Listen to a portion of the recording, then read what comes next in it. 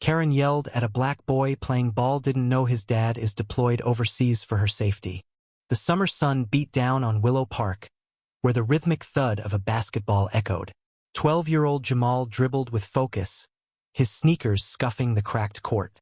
He was alone, as usual, since his dad, Sergeant Marcus Tate, was deployed overseas. Jamal's mom said Dad was keeping the world safe. But to Jamal, it just meant empty seats at his games. The ball was his escape, each bounce a defiance of loneliness. Karen Walsh, a 45-year-old accountant, watched from her porch across the street. Her jaw tightened. The noise grated on her nerves, already frayed from a bad day at work. She'd moved to this quiet suburb for peace. Not this. She stormed across the park, her sandals slapping the pavement. "Hey, stop that racket!" she shouted, her voice sharp enough to cut glass. Jamal froze, ball tucked under his arm. His dark eyes met hers, wary but unyielding. "I'm just playing," he said, voice steady despite the tremor in his hands. Karen's face flushed red. "You don't belong here making a mess. Go somewhere else." Her words dripped with venom, loud enough for nearby joggers to turn their heads. Jamal's chest tightened. He knew this tone, this look.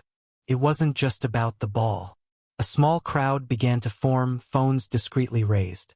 Karen didn't notice, too consumed by her rage. "I pay taxes for this park. You kids think you own everything," she spat. Jamal's voice cracked. "I live here too." But Karen wasn't listening. She stepped closer, pointing a manicured finger. "Don't talk back to me." The air grew thick with tension, the crowd murmuring. Then, a new voice sliced through. "Enough!"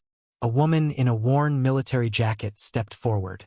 She was in her 30s, with short hair and a face etched with exhaustion. The crowd parted as she approached, her boots heavy on the grass. Karen blinked, thrown off. "Who are you?" she demanded. The woman's eyes burned. "I'm Lena, Jamal's aunt. And you're yelling at a kid whose dad is risking his life overseas, maybe even for you." Karen's mouth opened, then closed. The crowd's murmurs grew louder. Lena's voice dropped, but it carried weight. "Marcus, my brother, is deployed in a war zone. Jamal's here alone, trying to feel normal. And you're screaming at him over a basketball."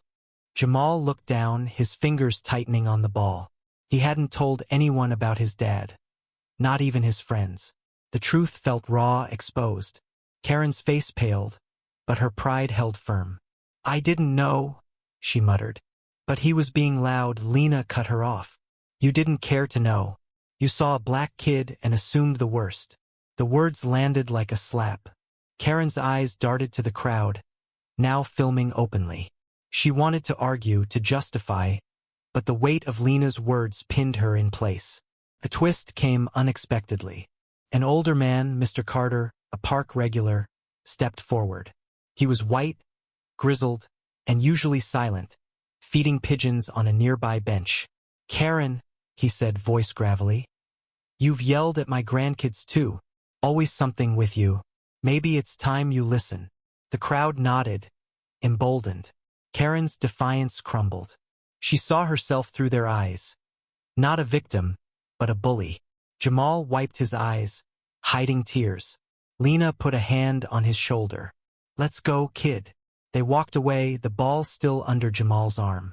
Karen stood alone, the crowd dispersing, her anger replaced by a hollow ache. She hadn't known about Jamal's dad, but did it matter? She judged him in seconds, her biases laid bare. Weeks later, Karen saw Jamal at the park again. He was dribbling, quieter now, with friends. She wanted to apologize but couldn't find the words. Instead, she left a note on the park bench, scrawled in chalk, "I'm sorry, Jamal. I was wrong." She didn't know if he'd see it, but it was all she could do. The story spread online, sparking debates.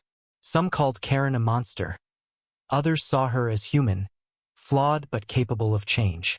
Jamal's pain, Lena's courage, and Mr. Carter's unexpected voice lingered in people's minds.